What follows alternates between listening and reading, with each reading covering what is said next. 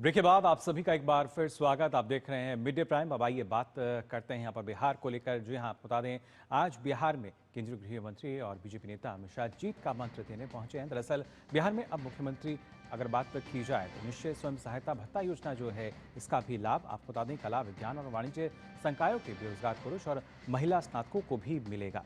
इस योजना की अगर पहले बात की जाए तो आप बता दें इसे इन 2 वर्षों तक 1,000 रुपये का मासिक भत्ता जो है इन युवाओं को मिलेगा। राज्य में विधानसभा चुनाव से पहले मुख्यमंत्री द्वारा की जा रही कई घोषणाओं के तहत एक महत्वपूर्ण ये निर्णय माना जा रहा है। मुख्यमंत्री नीतीश कुमार ने एक सोशल मीडिया पोस्ट के माध्यम से इस योजना का विस्तार बेरोजगार स्नातकों के लिए भी करने की घोषणा की। इस विस्तार के तहत 20 से 25 वर्ष आयु वर्ग के स्नातक युवा जो आगे की पढ़ाई में नामांकित नहीं है और सक्रिय रूप से नौकरी या रोजगार की तलाश में है, इसके पात्र होंगे। ये लाभ उन लोगों को प्रदान किया जाएगा जो ना तो स्वरोजगार में हैं और ना ही सरकारी, निजी या गैर सरकारी नौकरियों में लगे हैं। उन्हें मुख्यमंत्री निश्चय स्वयं सहायता भत्ता योजना के तहत 2 साल तक 1,000 रुपये प्रति माह भत्ता मिलेगा। इससे पहले ये योजना इंटरमीडिएट यानी 12वीं कक्षा उत्तीर्ण युवाओं के लिए पहले से ही उपलब्ध थी। मुख्यमंत्री नीतीश कुमार ने कहा कि इस भत्ते से युवक युवतियों को आवश्यक प्रशिक्षण प्राप्त करने और प्रतियोगी परीक्षाओं की तैयारी करने में मदद मिलेगी। इससे उनका भविष्य सुरक्षित होगा। उन्होंने कहा कि इस फैसले से बेरोजगार युवाओं को बड़ी राहत मिलेगी और उनका सशक्तिकरण भी होगा।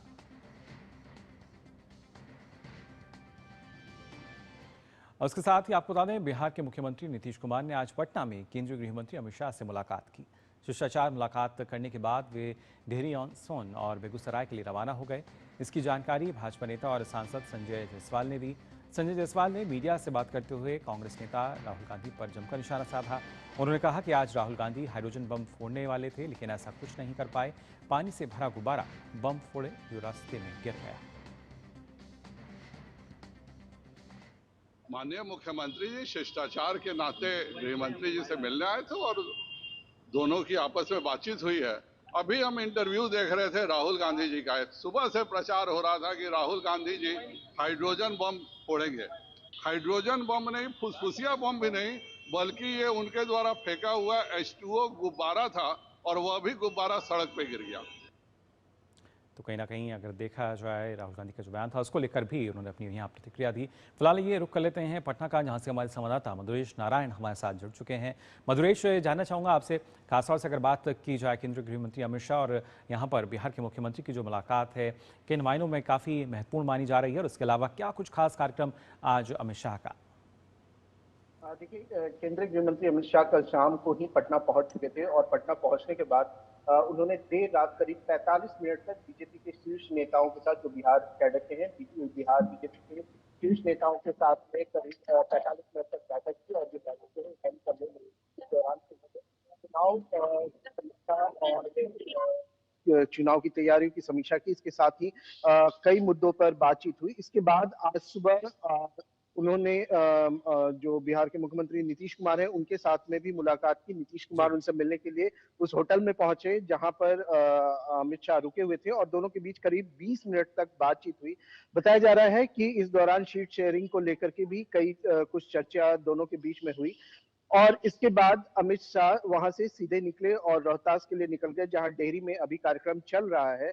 और अमित शाह यहाँ 2 स्तर पर कार्यकर्ताओं और नेताओं से बातचीत कर रहे हैं। पहला, कार्यकर्ताओं के साथ में सीधा संवाद जो कार्यक्रम है वो आयोजन किया गया है, जिसमें अमित शाह सीधे कार्यकर्ताओं से बात करेंगे।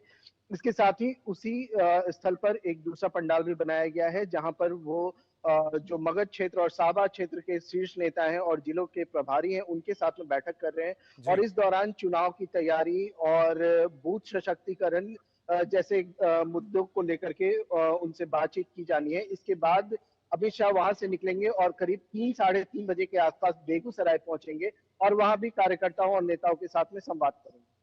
जी बिल्कुल जी। मधुरेश, क्या माना जाए कहीं ना कहीं जो तमाम कार्यकर्ता हैं, नेता हैं, उनको जीत का मंत्र आज अमित शाह जो है बताएंगे, क्योंकि किस तरीके से अब जो चुनाव है, क्योंकि ये अगर देखा जाए कुछ समय बाद ही कहीं ना कहीं जो तारीखें होंगी उनकी घोषणा हो सकती है और ऐसे में पूरी तरीके से कमर कसती हुई नजर आ रही है बीजेपी भी।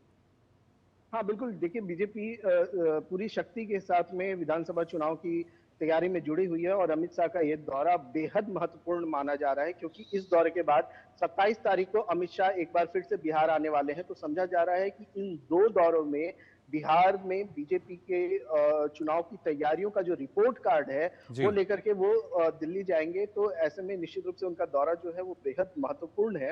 हम्म। और जहां तक बात की जाए चुनाव की तैयारियों की और जीत के मंत्र की, तो अमित शाह हो या फिर खुद प्रधानमंत्री नरेंद्र मोदी लगातार जो उनका दौरा बिहार में हुआ है, इस दौरान कार्यकर्ताओं से उनकी सीधी बातचीत भी हुई है। तो जीत का मंत्र तो निश्चित रूप से आज भी अमित शाह देंगे।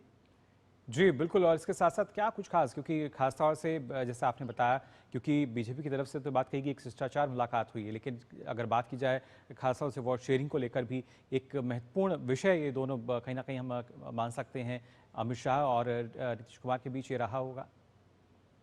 हाँ, निश्चित रूप से देखिए, जो 20 मिनट की मुलाकात है, वो उन दोनों की प्राइवेट मुलाकात थी और बताया जा रहा है कि होटल के कमरे में दोनों अकेले बैठ कर के बातचीत कर रहे थे।